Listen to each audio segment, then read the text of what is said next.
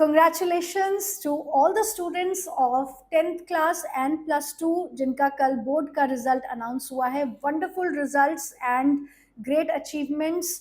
और I am sure आप बहुत खुश होंगे, एक्साइटेड होंगे अपने रिजल्ट को लेके, और डिजर्व भी करते हो खुश होना, क्योंकि आपने इसके लिए पूरी साल मेहनत की थी.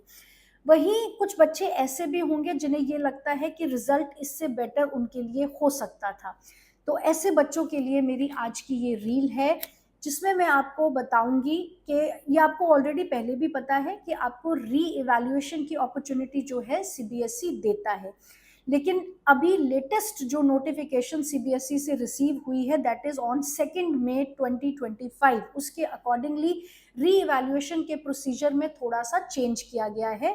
पहले जो री इवैल्यूएशन का प्रोसीजर था दैट वाज 3 स्टेप प्रोसीजर, जिसमें कि सबसे पहले वेरिफिकेशन ऑफ मार्क्स होता था, फिर obtaining the photocopy of evaluated answer sheet, और उसके बाद आपकी री इवैल्यूएशन की जाती थी.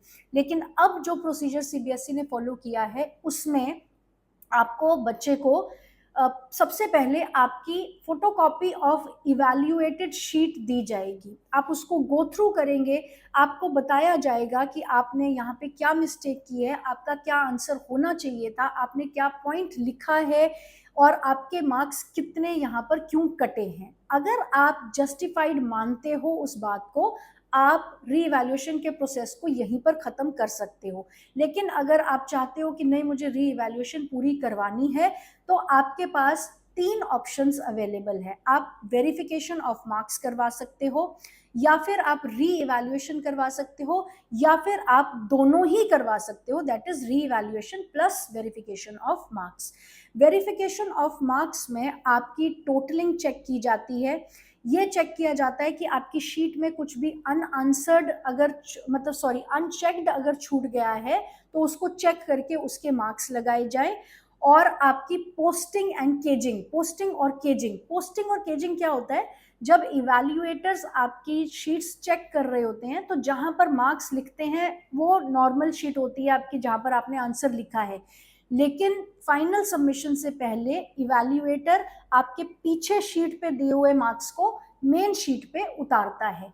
वहां पर 1% चांस हो जाता है कि ह्यूमन एरर की वजह से हो सकता है कोई मार्क्स पीछे से आगे ना लाए गए हों. तो पोस्टिंग को जो है फिर दोबारा से चेक किया जाता है कि सारे मार्क्स जो हैं आगे लाए हैं, और उसका टोटल जो है तरीके से किया गया है. तो आप वेरिफिकेशन ऑफ मार्क्स करवा सकते हो, या फिर आप री इवैल्यूएशन करवा सकते हो, या फिर आप दोनों ही करवा सकते हो. लेकिन जो इम्पोर्टेंट चीज़ आपको ध्यान में रखनी है वो ये है कि री इवैल्यूएशन के बाद आपका जो चाहे इंक्रीज्ड मार्क्स है चाहे डिक्रीज्ड मार्क्स है, आपको अपनी न्यू मार्कशीट एक्सेप्टेबल होनी चाहिए, क्योंकि वो आपको नई मार्कशीट ही आपको फिर लेनी पड़ेगी. So all the best to all the students who want to go for re-evaluation. And yes, don't forget to like, follow and share me on Instagram.